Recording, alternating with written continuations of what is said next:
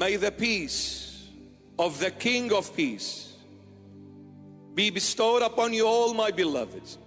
This new year, we beg, we beseech, and we bow and worship before the holy feet of the one and only, the only way, the only truth, and the only life, Jesus Christ of Nazareth, God revealed in the flesh, the true Creator, the true living God who art in heaven. There is no one but Jesus Christ of Nazareth. In Him, salvation and redemption were both made possible. He is the Alpha and the Omega. He is the first and the last. He is the beginning and the end. He is the life and the resurrection. He is the good shepherd that lead us all to green pastures and still waters. And even though we walk through the valley of the shadow of death, we will fear no evil, for Jesus Christ, the good shepherd, is with us. His staff and His rod, they comfort us. He has prepared a table. The altar is the table, the body and the blood before our enemies. Lord Jesus, I beg you, you are the King of Peace. Bestow your peace and unite your holy, apostolic, universal church. Whether it's Catholic, Orthodox, and all the factions in Christendom, my Lord, you are one. The bride is your church, which is the bride, which is your body. And your body is one. Your mystical body is one. Unite your church, my beloved Lord Jesus, in you. Make your entire church one in you, my Lord. Like you said in John 17, Father, just like I and you are one, I want them all to be one in us. Unite your church, which is divided.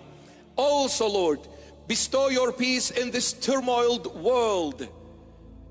In this world that is engulfed by evil, by darkness, by deception, by corruption, by failures. Lord Jesus, unite, bring your peace, bring your light, which is divine and true, into this dark world which Satan reigns over. Decimate Satan, decimate darkness, decimate every evilness, and bring the whole world before your holy feet. For there is no other God but you, and there is no one else but you. Jesus Christ lives and reigns forever, and he who has the Son has eternal life. But he who does not have the Son, the wrath of God is bestowed upon that person. May the Lord Jesus bring every distant soul back to Him. May the Lord Jesus release every soul captured by the chains of Satan. Set it free once and for all. May the Lord Jesus fill every hungry soul and quench the thirst of every soul. Clothe every naked soul and keep the one that is close to Him ever so close to Him. Heal every sick person in this world. We pray for peace. We pray for peace in the Middle East. We pray for peace between the Israelis and the Palestinians, both our beloveds. We pray for peace in our beloved and blessed country of Syria. And what a blessed and absolute, precious, priceless country. Full of history. The country that gave us one of the greatest pillars in Christendom, St. Paul. Syria gave us St. Paul. Syria gave us so many saints. When you go to a place called Ma'lula, when you go to a place called Sayyidnaya, when you go to a place called Damascus, the old Damascus, you will see biblical truth being there right before your eyes. We pray for peace in the entire Middle East, in Iraq, in Lebanon, in Egypt, in every country. We pray for peace for our beloved country, Australia. We pray for peace from the King of Peace, Jesus Christ of Nazareth, for America, for Canada, for Europe, for Africa, for Asia, for every country on the face of this planet. We pray for peace. We pray for peace to be bestowed in every heart, in every family, in every corner of this globe. Lord, O King of peace, bring us your peace, my beloved. Lord Jesus, our love, our God, our everything. And may we live in your peace on the face of this earth and in the next life forever and ever and ever. Amen. May the Lord reward you for the love you have shown him today. He will not forget it for you. We pray that the whole world comes to the Lord Jesus. We pray that the churches throughout the world are filled with faithful people seeking the Lord from the heart, coming for the sake of the Lord, no one else's. When you go to church, you go for the Lord. Don't ever go for anyone except the Lord. Even if that one is as good looking as this bishop, you don't come. You come for the Lord Jesus and the Lord Jesus only. Amen. And ask the Lord for forgiveness, to make us worthy to come forth and receive him in the true body and true blood of Christ. Amen. Our good God, and when it came to forgiving of sins, the Lord Jesus never said, in the name of my Father, may your sins be forgiven. He says, I wish for you to be cleansed because I am God. I don't need any other authority because there is no other authority above me. I am the supreme authority over and beyond every other authority. I don't need to call up on another name. There is no other name above me. I am God. In my name, I say to you, you are healed. I wish for you to be healed. Wow. But you know, only God can forgive sins. If Jesus Christ was not truly God, he wouldn't have dared to say, I wish for you to be cleansed, i.e., I wish for you to be forgiven of your sins. But because he is God, he said it in his name. Because what did the people say? This man, we've never heard anyone like him. He speaks like of one having authority. God has authority over death, over sin, over salvation, over redemption. Anyway, I don't want you to sleep here tonight. An Israelite approached him, and then another person came, happened to be a Roman citizen, a pagan, worshipping false gods. What is that telling me and you?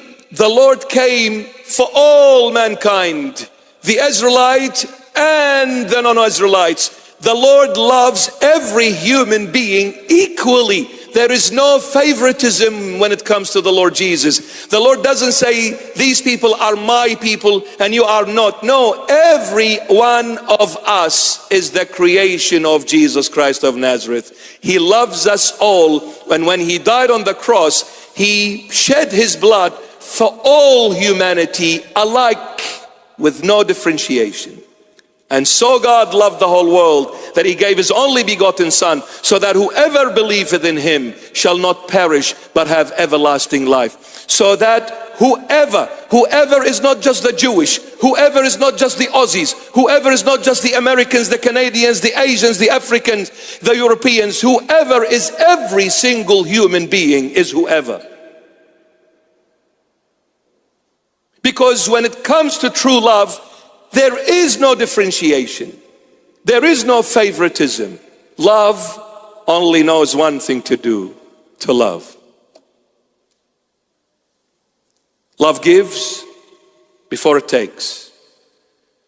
If a person wishes to take before giving, they haven't yet been encountered by Jesus Christ of Nazareth. A centurion, a man in army, a man who has a rank in the Roman army. He came and said, my son is paralyzed. He's been suffering, Lord. He called him Lord. He's been suffering. The Lord knows your heart. He knows who you are and what you are. He knows you more than you. He created you. He's the only one that knows you perfectly.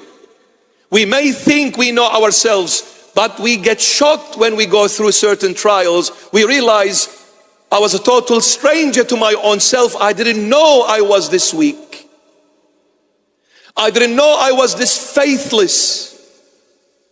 It is the grace of the Lord that carried me when my faith was moving mountains. It was the Lord, not me. I realized it now. The centurion said, my son is paralyzed, please. The Lord realized what kind of a heart he had. He wanted to make him as a beautiful example to those who call themselves faithfuls. He said, let's go to your house. He said, oh, please, Lord, I'm not worthy.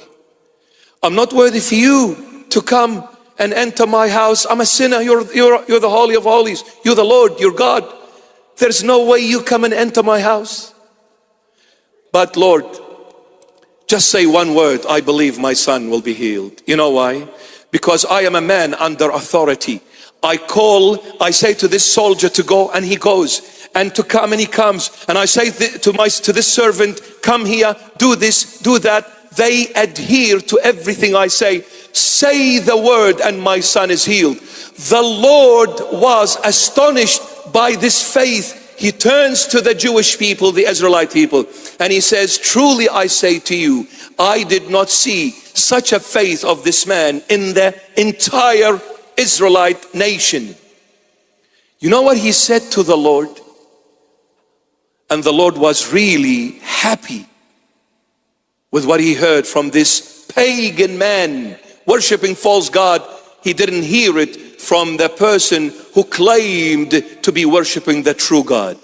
The pagan surpassed the true worshiper with faith.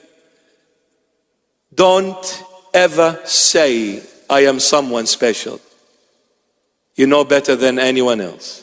Humble yourself before the Lord Jesus. You know better than anyone else. Humble yourself before the Lord. When he said, I am under authority, I say to this person, go, goes, come, comes.